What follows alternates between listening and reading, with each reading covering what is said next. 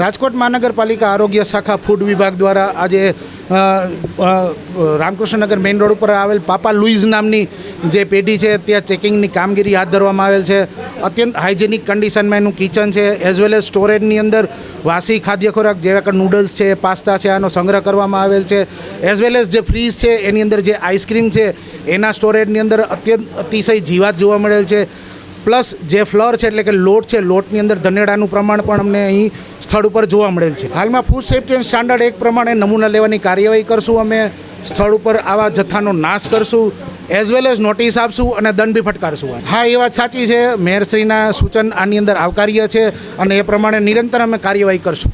આ પ્રકારનો ખોરાક લેવાથી જો આવો વાસી ખોરાક બીજી વાર બનાવી અને પીરસવામાં આવે તો ફૂડ પોઈઝનિંગ છે અથવા તો ઝાડા ઉલટી છે, આ પ્રકારના પેટને લગતા બીમારીઓ થઈ શકે છે। હું હેન્ડલિંગ કરું છું, ખાલી દેખરેખ કરું છું। એટલે એમાં તો એવું છે કે અમે તો રેગ્યુલર પેસ્ટ કંટ્રોલ કરાવીએ જ છીએ, દર 15 દિવસે, મહિનામાં 2 વાર એના સર્ટિફિકેટ ને બધું અમારી પાસે હોય જ છે। ગઈકાલ રાતે પણ અમે પેસ્ટ કંટ્રોલ કરાવ્યું હતું, થોડા કોકરોચ દેખાવાની ફરિયાદ હતી એટલા માટે।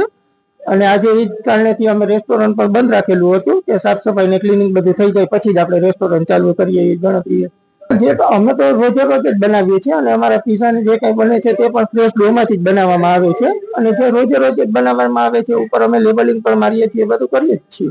ના, અમે પૂરી જે પણ આપણા રૂલ્સ હોય છે તે ફોલો પૂરી કરવાની કોશિશ કરીએ જ છીએ અને બધું પૂરે રોજે રોજ ફ્રેશ અમારા રોજે રોજના વેસ્ટેજ હોય છે તેના પણ અમે પિક્ચર અમારા ગ્રુપમાં જ નાખીએ જ છીએ કે જેથી કરીને કોઈ પણ કસ્ટમર પણ અમને કે તો અમે દેખાડી શકીએ કે ભાઈ આજનું કાલે કે અમે એ વસ્તુ કરતા જ નથી ક્યારેય પણ।